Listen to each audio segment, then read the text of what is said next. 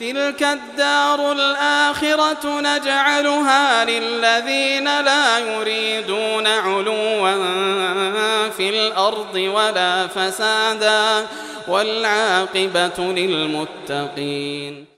Semoga Ustadz, tim kajian dan seluruh jamaah selalu dalam lindungan Allah Subhanahu wa Ta'ala. Amin. Ya, amin. Izin bertanya Ustadz, saya sebagai seorang pembina narapidana terorisme yang ada di lapas,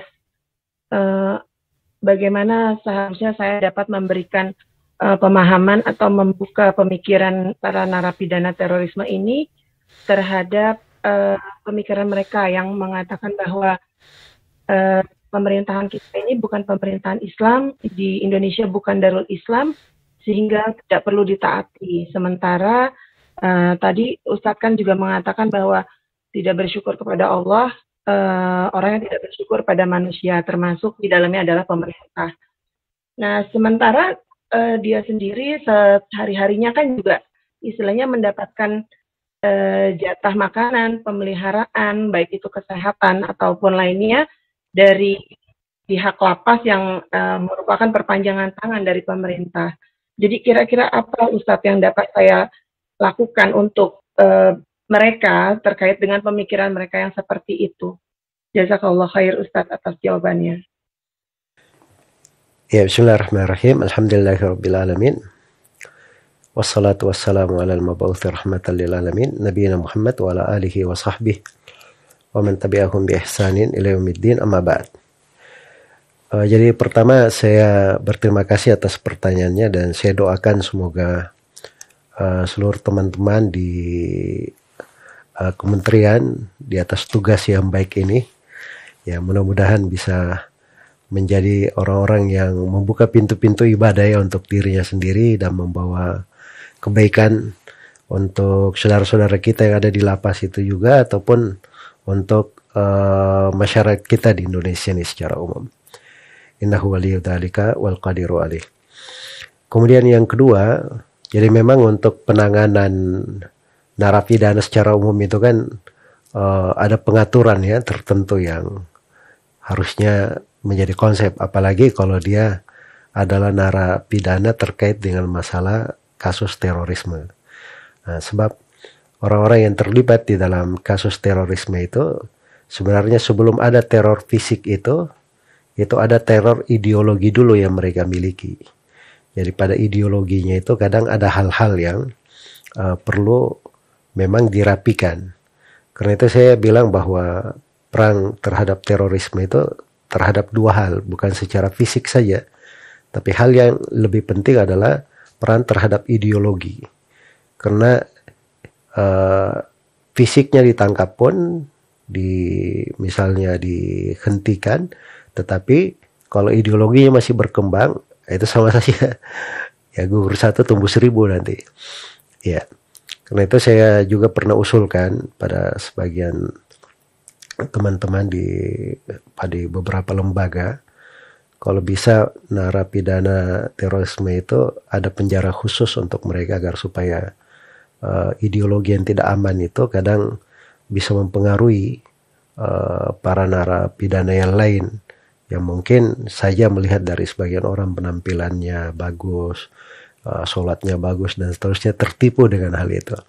Nah, itu sudah terbukti ya, sebagian kasus di Surabaya ada orang-orang yang terpapar itu karena dapatnya dari penjara Kemudian yang ketiga, ya ini berbicara tentang tahapan memperbaikinya itu kan, itulah tadi yang saya katakan ada pembahasan khusus di sebagian negara itu. Kadang dibuatkan satu lembaga penanganan. Kalau kita kan ada di Indonesia ini BNPT ya. Ya, ada penanganan, ada di bagian penanganannya, ada di bagian radikalisasinya. Ya, itu hal-hal yang bagus sebenarnya. Cuman perlu kita maksimalkan. Jadi kalau seperti misalnya di Saudi Arabia sana, mereka punya lembaga namanya Lajnatul Munasahah, satu lembaga khusus untuk mendebat dan menasihati orang-orang yang punya pemikiran radikal itu.